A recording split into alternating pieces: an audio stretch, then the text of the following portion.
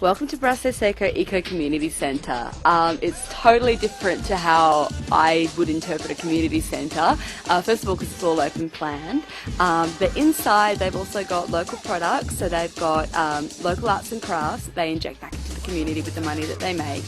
And they've also got products, so they've got hot sauce, cocoa, they've got some different preserves and local snacks, so not things that you typically expect in a convenience store, but local produce. And we're about to witness some meat being smoked, which is a buccaneer style of cooking, and apparently it keeps the life of the meat for a lot longer. Yeah, so Carl's been really interesting and informative, and this is the next part of the process with our day with Carl, and we're going to be trying smoked meat, and I've never tried it before, and I'm pretty stuffed from breakfast, but it should be a really tasty treat. What does he do? This thing about buccaneer cooking? It's smoked meat. He'll talk you through it. He's the expert in that, but it's very tasty. I'm the expert at eating it. He's the expert at cooking it. So we're at Carl's place and we're about to go in and try some buccaneer cooking, and that's a sort of a smoked meat. Now we've never tried it before and apparently it's meant to be sensational. Grab a fork, grab a plate. Beautiful. This is sweet potato. This is yam in front here, and the white in the back is dasheen. Okay.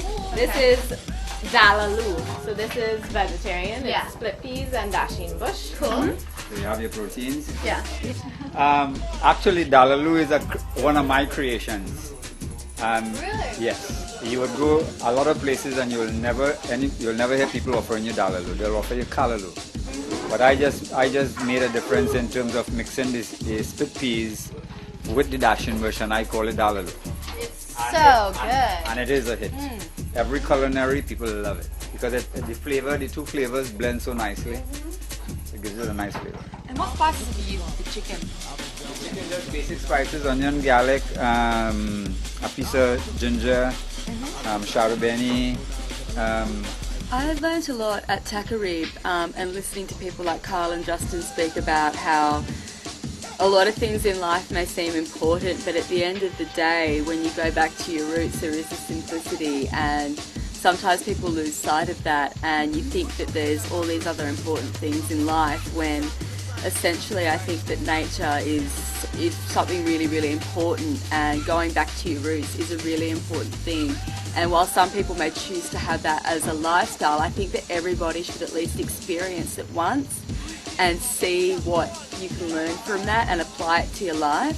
Yeah, it's like being at a place as a Hyatt, a 5-star hotel, or going to a place to Takarib. Actually, it doesn't really matter. You can be happy at the Hyatt, you can be happy at an Eco Lodge, right? I'd advise the viewer, if they're wanting to do a business trip to Trinidad, to maybe take a few days extra if the time permits for it, and do things like research. So go to Lonely Planet or Rough Guide, or do a little bit of search on internet forums, so read up what travellers have done and see what you can do, because it would be an absolute travesty to come to a place where there's such a diverse ecosystem and not experience that. This is a trip for any budget, and you can do it in so many different ways, but the way we did it doesn't really have to cost you a great deal. Yeah, you can make it as expensive or cheap as you want.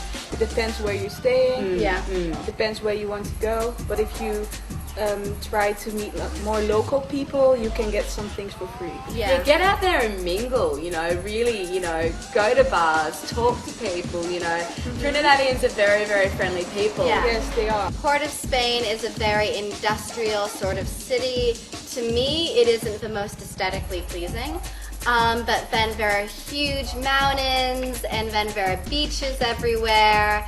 So there's a lot of different stuff to do on Trinidad, and then Tobago is it's a very rustic, very old school, very beautiful sort of Caribbean paradise, and I highly recommend going.